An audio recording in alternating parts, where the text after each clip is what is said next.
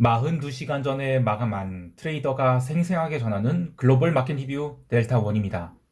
우리 증시는 주말과 공휴일이 껴있어서 그런지 장중에 등락을 거듭했을 뿐 코스피 200 지수는 제자리로 마감을 했는데 해외 시장은 논팜이 잘 나오면서 지수가 급락을 했다가 본장 들어서 저가 매수가 강하게 들어오면서 급등 마감을 했습니다. 종가가 저렇게 나오니까 또 델방꿀이니 델커버링이라니 참 별 이야기가 다 나오는데요. 시장이 본질이 무엇이었는지를 이야기해 볼게요. 아울러 주말에는 이스라엘에 대한 하마스의 기습 공격이 있었죠. 외부 이슈로 인한 시세 급변이 발생했을 때 그런 때 어떻게 대응해야 되는지도 이야기를 해보겠습니다. 요거는 참고로 그 테라비브 125라고요. 그 이스라엘 증시 인덱스예요. 예, 6%대 급락이 나오는데 사실 전쟁 이슈를 감안하면 이 6% 하락이 굉장히 잘 방어했다는 생각도 드네요. 자, 다시 시황으로 돌아가겠습니다. 먼저 아시아 세션 갑니다. 우리 증시는 보합 출발 후 초반 20분 동안은 짧은 반등이 있었지만 미결을 늘리는 반등은 없었어요. 선물 시장에서도 추세를 만들어내는 방향성은 없었을 뿐더러 현물만큼은 외국인이 선형적으로 종가까지 3,250억이나 매도했는데 그럼에도 불구하고 지수의 상단은 틀어 막혔죠. 하단도 막혔고요. 이렇게 외국인이 현물 매도에도 불구하고 시장이 잘 버텼는데 저는 두 가지 이유가 있다고 보고 있습니다. 첫째로 기관들이 네이키드 현선물 매수가 시장을 방어했다고 보는데요. 10월 4일이 첫 번째 급락 이후로 이 320포인트에서 지금 벌써 사흘째 횡보 중이죠. 하방 경직이 모습을 보이는 것으로도 해석할 수 있어서 네이키드로 롱이 들어온 부분이 있다라고 보고 있습니다. 두 번째로는 우리 시장이 10월 9일 월요일 한글날로 휴장이죠. 그런 상황에서 논팜 이후로 해외 시장이 과연 얼마나 빠질 수 있겠는가 이런 거에 대한 안일한 생각이 있었다라고 보는데요. 하루 종일 횡보하면서 선물 미결은 무려 7,100개약 넘게 감소를 했습니다. 즉 10월 4일에 숏배팅 들어온 것 중 절반 이상이 청산된 것입니다.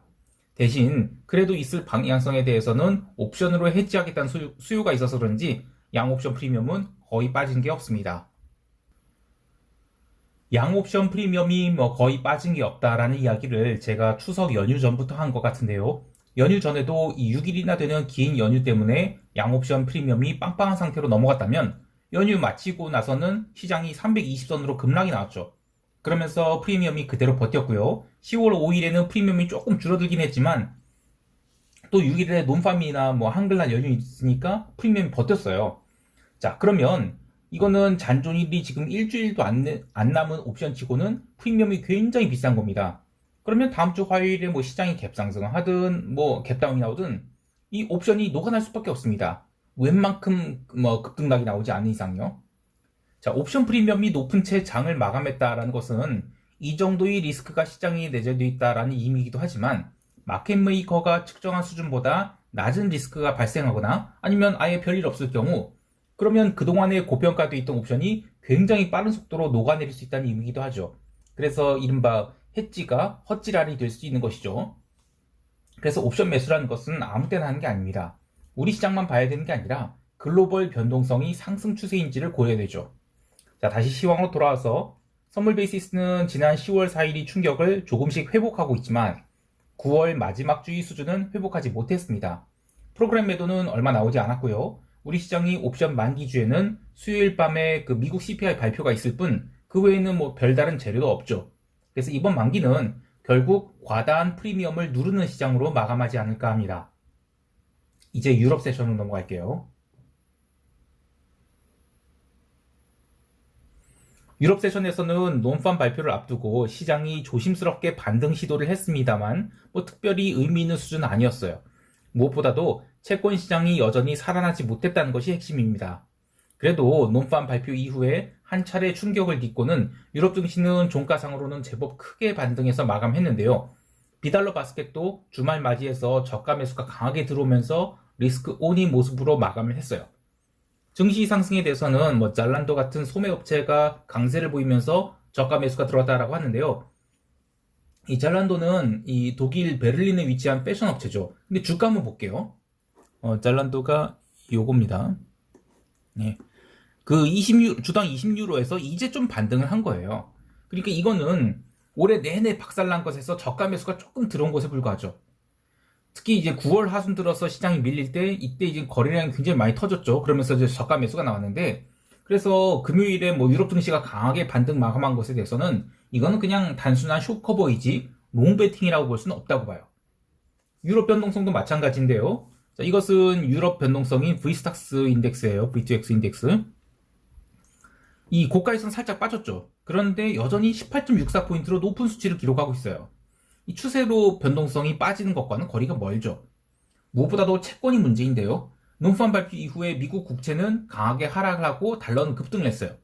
다만 이 통화시장이 옵션 만기를 두고 달러가 계속 상승하는 것은 저지되었는데요.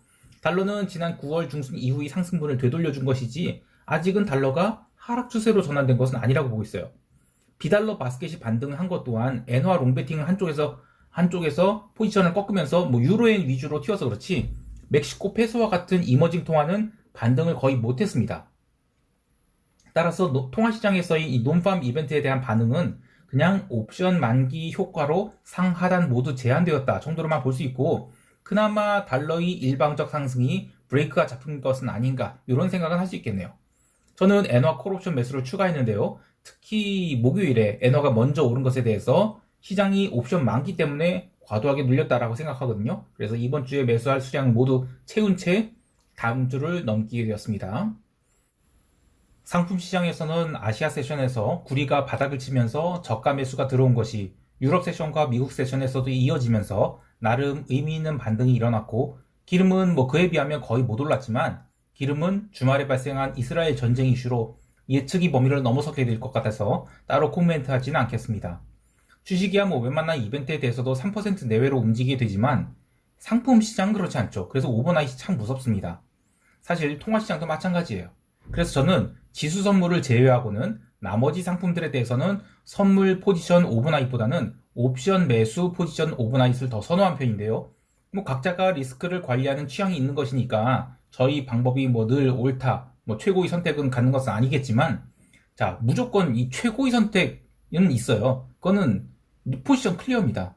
무포로 맞이하는 게 최고의 리스크 회피예요. 두 번째의 리스크 회피 수단은 손실이 하단을 막는 옵션 매수이고요. 세 번째의 리스크 회피는 감당할 수 있는 수량만 포지션을 잡는 거예요. 자, 이제 이 문제에 대해서 이야기를 해보죠. 바로 미국 세션 넘어갈게요.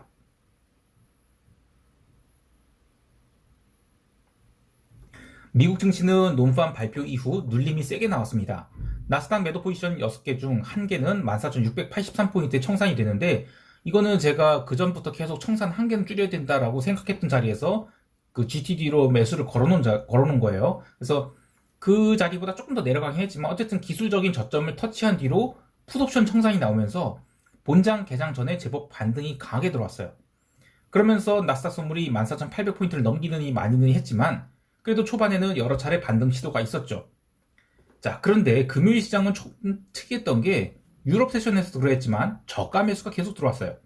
제가 이 논팜 결과가 어떻게 나오든 시장은 자기 갈 길을 갈 것이다 이런 얘기를 했는데 논팜에 대한 이 첫 번째 시장 반등은 달러 강세, 채권 약세, 지수 하락이었죠.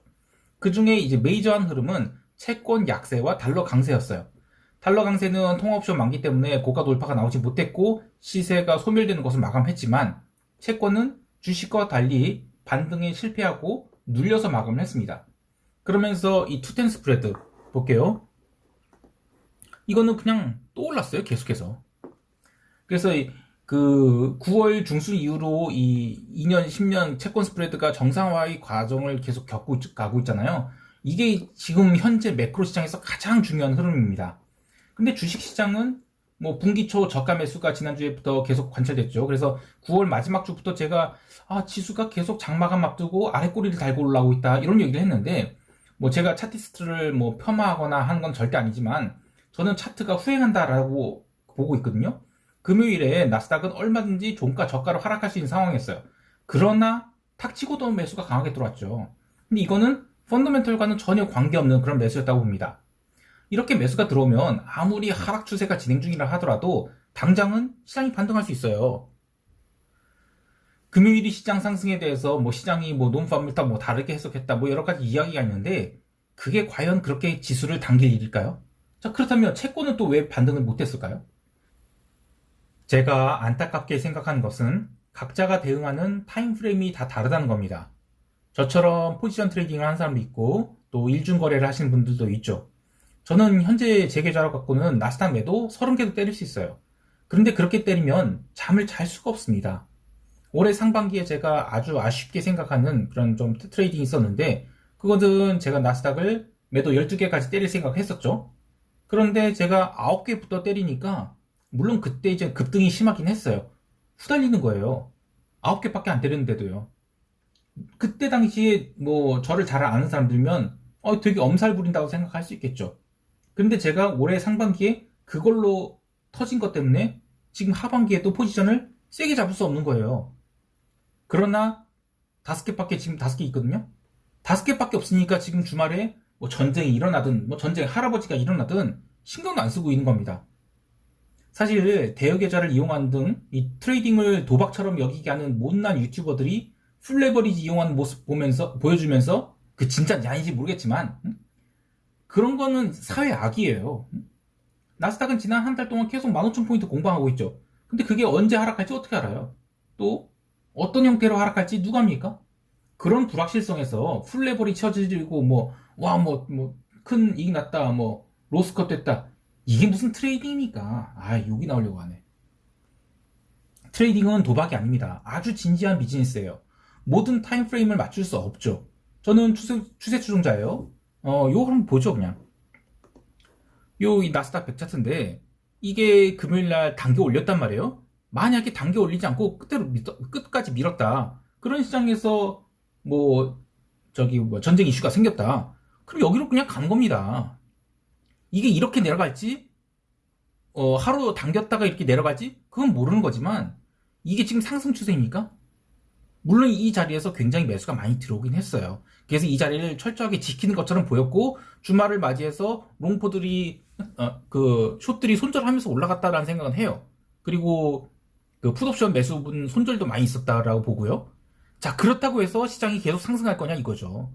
저는 아직은 냉정하게 얘기하면 이 추세 아래 있어요. 그래서 이 하얀 선을 강력하게 넘어가기 전까지는 이건 매도 계속 뭉개야 되는 거 아닙니까? 어쨌든 그 일중 거래를 한 사람들이라면 밤 11시 20분쯤에 그 나스닥이 14,820포인트 넘기면 오늘은 단기적으로 매수할 수 있겠다 이런 생각 할 수 있을 것 같아요. 왜냐면 그때 파워미터가 강하게 상승한 등 강력한 이 닥치고 매수가 들어오는 것이 보였기 때문이죠. 그런데 그런 트레이더라면 4시 40분, 새벽 4시 40분에 그 일중의 엑스트롱 신호가 나왔을 때 그때 모두 청산하고 나와야죠. 근데 저같이 이제 추세 추종을 한 사람들이라면 오르든 말든 난 산 거 안 해. 내가 견딜 수 있는 수준에서 포지션을 갖고 있으면 일희일비할 필요가 없습니다. 근데 그런 단기 트레이더가 있으니까 우리가 포지션을 더 늘렸다 줄일 수 있는 거예요. 저는 이 지표 자체를 애널리스트와 같이 정량적으로 보지 않고 지표에 대해서 상품별로 반응이 어떠한지 이런 정성적인 부분을 많이 보는데 이것은 그때그때 달라요 라는 식으로 해석될 수 있겠죠. 그런데 전체 추세가 무엇인지를 파악하게 해줍니다. 어떤 분석 방법론이 맞느냐 이건 정답은 없어요. 근데 일중 트레이더라면 솔직히 애널리스트 리포트 이런 거 다 필요 없어요. 그냥 시장이 어떻게 움직이는지 집중해서 보면 됩니다.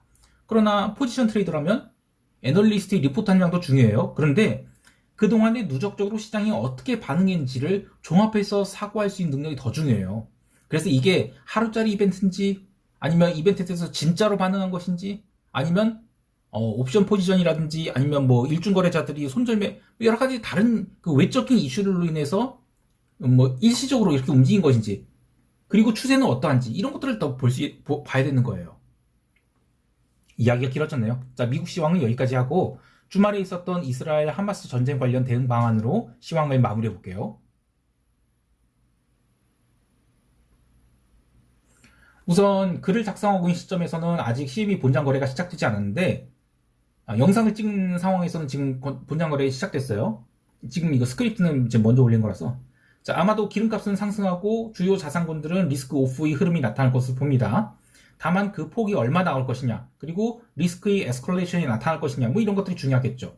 우리 시장은 휴장이니까 넘어가기로 하고 일본 시장도 체육이 날로 휴장이에요. 그래서 이번 이슈는 아시아 세션 개장보다는 홍콩 세션 그리고 유럽 세션에서 특히 유럽 세션에서 브렌트 기름이 얼마나 반등할 것인지를 보는 것이 핵심일 것 같아요. 해외 시장에 대해서는 시장이 얼마나 갭다운했는지 보기보다는 변동성이 직전 고점을 돌파한지를 보는 것이 좋습니다. 변동성이 직전 고점을 돌파한다면 이번 전쟁 리스크를 생각보다 크게 받아들이고 있다, 이렇게 볼 수 있어요. 그래서 아시아 세션보다는 또 유럽 세션보다는 미국 세션에서 변동성이 어떻게 움직이지, 요걸 좀 보는 것이 좋겠고요. 저는 여전히 나스닥 매도 5개 갖고 있고요. 엔화 콜옵션도 15개 보유 중입니다. 엔화 콜옵션은 월, 화, 수에 걸쳐서 더 매수할 것이고요. 지금 전쟁 이벤트와 관계없이 시장이 계속 꼬여가고 있다고 봐요. 그래서 포지션을 풀 생각 전혀 없습니다. 저희 나스닥 매도 평단은 14,950이에요. 연말까지 12,000포인트대를 한 번은 봤다가 올라갈 것으로 보거든요. 그래서 그때까지는 밀어붙일 것입니다. 그럼 휴일 편안하게 보내시길 바라고요. 델 커버링 같은 말에는 현혹되지 않으시길 바랍니다. 이상 델타. 이거 좀 추가 코멘트 할게요. 이거는 제가 그 스크립트 다 작성하고 나니까 이제 CME 전산장이 개장됐거든요. 그래서 그거 관련해서 코멘트를 한 거예요.